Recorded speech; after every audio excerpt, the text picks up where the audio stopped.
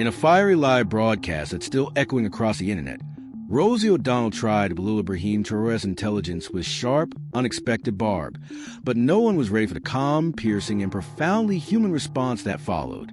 Even Rosie herself wasn't. The studio lights burned hot overhead as Rosie shuffled her notes, eyes sharp, lips curled in a grin that felt more like a blade. The camera zoomed in for maximum drama.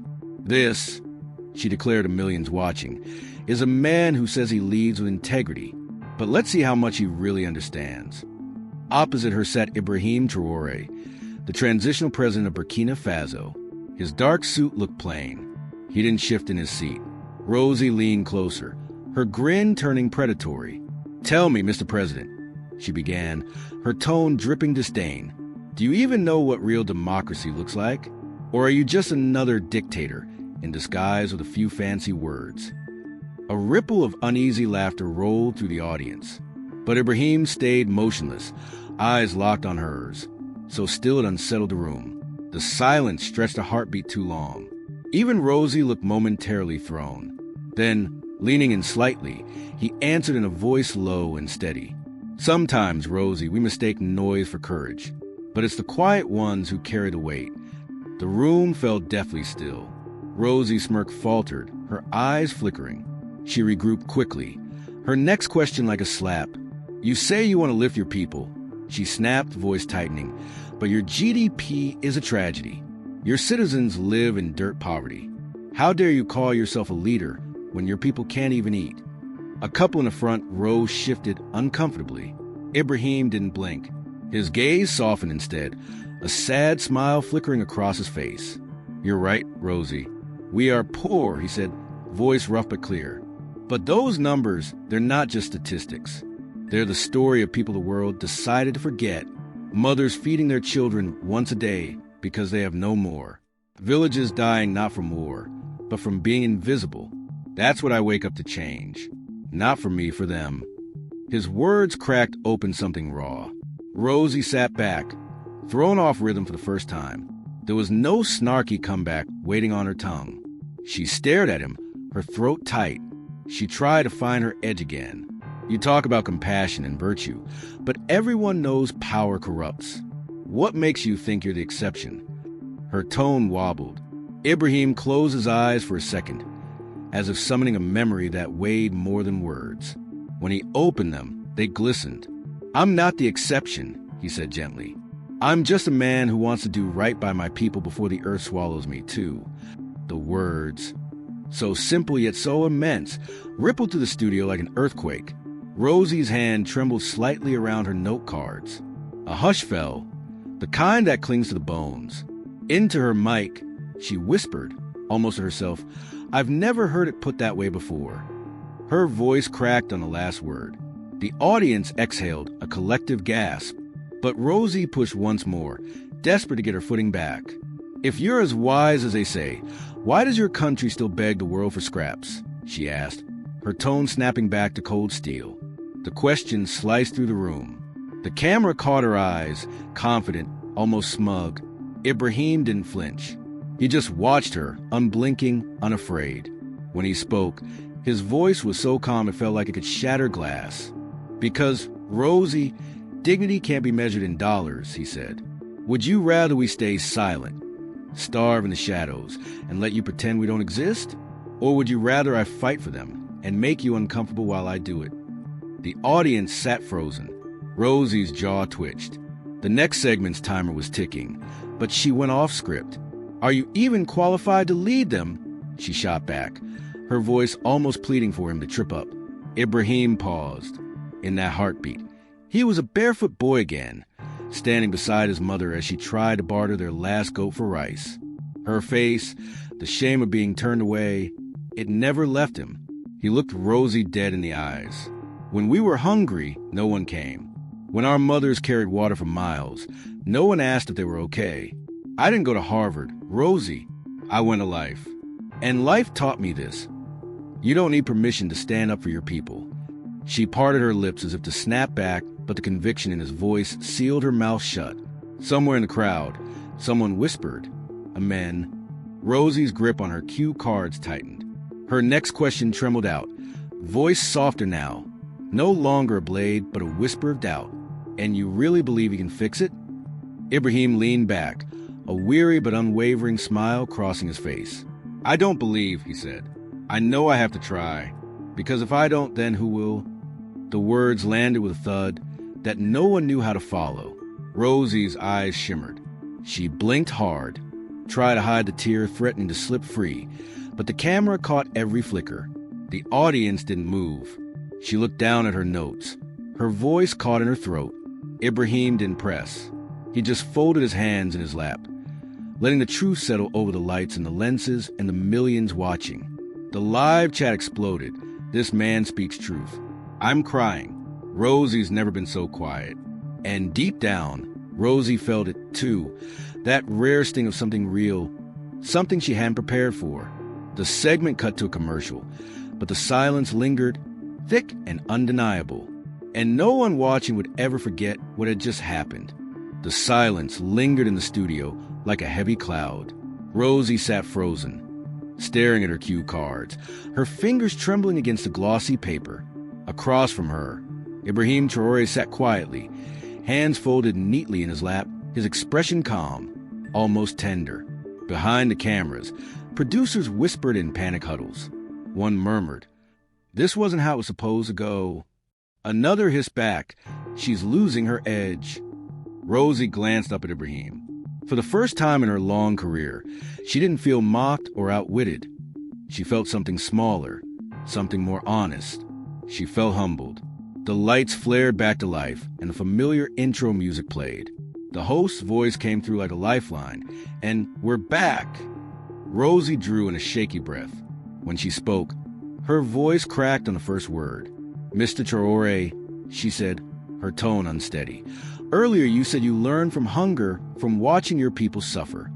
She paused, eyes flicking to her cards, then back to him. "Do you really believe that makes someone qualified to lead?" Ibrahim leaned in just slightly. His voice was so gentle it drew everyone closer. "No, Rosie," he said, each word deliberate. "I don't believe it makes me qualified. I believe it makes me responsible." Silence swallowed the room. Rosie's throat bobbed as she tried to regain her composure. The studio lights fell hotter now, the cards in her hand like dead weight. You speak about responsibility like it's some kind of gift," she managed, her voice dropping into something fragile. Ibrahim gave her the smallest nod, the corners of his mouth lifting into a sad, kind smile. "It is," he said simply. Rosie blinked at him, clearly shaken. She had come here ready to cut him down, to catch him off guard, to expose weakness. Yet here she was, her eyes wet, her guard in tatters. Ibrahim's voice softened even more, wrapping around the room like a bomb. "When I see a child without food, when I see a mother with a jug of water balanced on her head, walking for miles, I don't see statistics. I see my mother. I see myself. And I can't turn away. You see, Rosie, real intelligence isn't how many degrees you have. It's the courage to care when it would be easier not to." Rosie's breath caught in her throat. She tried to look away, but his words pinned her there, rooted to her chair. In the audience, someone sniffled. A camera operator wiped his eyes with his sleeve, hoping the lens wouldn't catch him. Rosie stared down at her notes, but the words blurred, ink lines swimming through her tears. She swallowed hard, then looked up again, eyes shining. I've never heard anyone say it like that," she whispered. Ibrahim's smile widened just a fraction. The warmth that felt like sunlight in that tense, airless studio. "That's because most people are too afraid to speak from the heart," he said. A collective breath seemed to exhale across the audience. It was as if the room itself shifted, falling into a hush where truth didn't need volume to roar. Rosie dropped her cue cards on the desk. She pressed her fingers to her lips, but the tears slipped out anyway. She let out a tiny, embarrassed laugh and shook her head. "You came here to talk about politics," she said hoarsely, voice shaking. "But instead She trailed off, unable to finish. Ibrahim said nothing, giving her the space to find her own words. She finally managed, voice barely above a whisper. "You've reminded me what humanity feels like." Online, the live chat flooded with hearts, crying emojis, and frantic comments. I'm crying too, Rosie. This man is pure truth. We needed this. The segment edged into its final quarter. Rosie, still raw, darted her eyes to her producer. A subtle nod reminded her this was still her show. She straightened her shoulders and tried to summon the old Rosie O'Donnell, the hard edge, to bite. But Mr. Traoré, she said, her voice steadier but thinner than before, don't you think someone with more sophistication could serve your people better? Someone from a powerful nation. Someone who knows how the world works. The jab was sharp, but the studio didn't respond with cheers this time. Instead, the air seemed to thicken, the audience shifting uncomfortably in their seats. Ibrahim's eyes glowed with that same quiet strength. Rosie, he said softly, you can't heal a wound from a distance. You must feel the pain to know where to place the balm. And I have felt every cut my people have endured. He paused, his gaze steady. Maybe that doesn't make me sophisticated, Rosie, but it makes me theirs. Rosie's jaw slackened. What she meant as a strike only amplified his unshakable core. The live stream chat lit up. He's right. This is what leadership should be. Why am I sobbing in my kitchen right now? And for the first time that night, Rosie looked truly afraid, not of him, but of what his words were digging up inside her. A memory surfaced, one she'd buried for decades. She was 7, sitting on a cold linoleum floor, watching her mother cry behind a cracked door because the rent was overdue.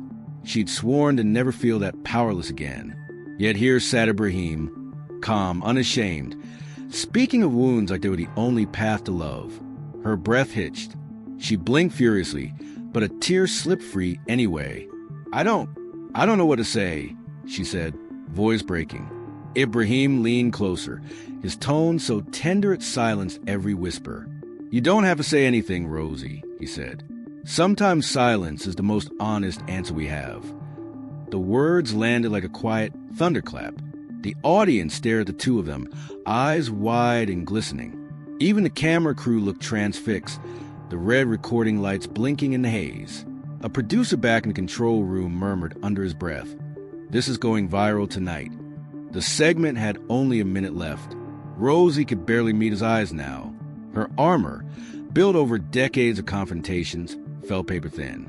She opened her mouth, shut it again, then finally let out a shaky sigh. "You remind me of something I thought I'd forgotten," she said, her voice raw and uneven. Ibrahim gave her the warmest smile, yet soft and steady. "Then maybe my job here is done." A hush fell over the studio, not awkward, but almost sacred. Viewers on couches across the world wiped tears from their cheeks, the chat box overflowing. Why am I crying like this? This is more than politics. We all needed to hear that.